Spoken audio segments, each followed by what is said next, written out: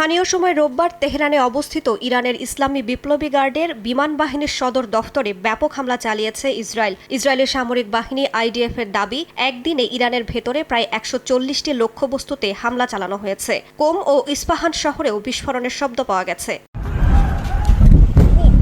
এর আগে তেহরানের কয়েকটি জ্বালানি ডিপোতে হামলা চালায় তেল আবিব। ওই হামলার পর ঘণ্টার পর ঘণ্টা আগুন জ্বলতে দেখা যায়। বিষাক্ত ধোঁয়ায় ঢেকে যায় তেহরানের আকাশ। সেই ধোঁয়ার প্রভাবে শহর থেকে কয়েক ডজন মাইল দূরেও কালো বৃষ্টিপাত দেখা যায়। শ্বাসকষ্টে ভুগছেন বাসিন্দারা। ইসরায়েল ও যুক্তরাষ্ট্রের হামলায় আহতদের দেখতে হাসপাতালে যান ইরানের প্রেসিডেন্ট মাসুদ পেজেশকিয়ান।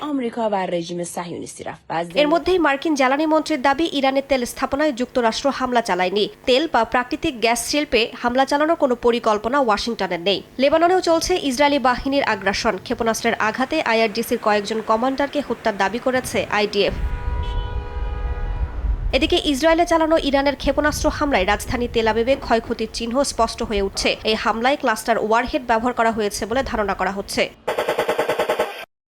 হামলা অব্যাহত রয়েছে উপসাগরীয় দেশগুলোতেও। ইরানের ড্রোন প্রতিহতের দাবি করেছে সৌদি আরব ও সংযুক্ত আরব আমিরাত। ইরাকের ইরবিলে বিকট বিস্ফোরণের শব্দ পাওয়া গেছে। জর্ডানে মার্কিন ঘাঁটি লক্ষ্য করেও হামলা চালিয়েছে ইরানের সেনাবাহিনী জানিয়েছে দখলদার ইসরায়েল আবারও জ্বালানি স্থাপনায় হামলা চালালে এই অঞ্চলের অন্যান্য দেশের তেল ডিপো ও জ্বালানি অবকাঠামোতে হামলা চালানো হবে। এদিকে ইরানের সরকারের বিরুদ্ধে কোনো ধরনের হামলায় অংশ না নিতে ইরানি কুর্দিদের আহ্বান জানিয়েছে সিরিয়ার কুর্দিরা। মার্কিনিরা বিপদে ফেলে চলে যাবে বলে সতর্ক করেছে তারা।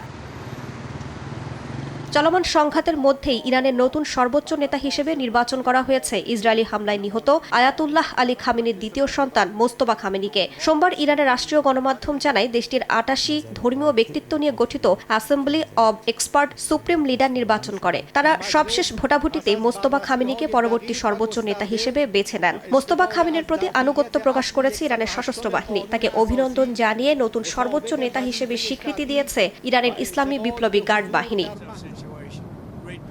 এদিকে যুক্তরাষ্ট্রের অনুমোদন ছাড়া ইরানের নতুন সর্বোচ্চ নেতা বেশি দিন টিকবে না বলে হুঁশিয়ারি দিয়েছেন মার্কিন প্রেসিডেন্ট ডোনাল্ড ট্রাম্প। রাইসা জান্নাত, সময় সংবাদ।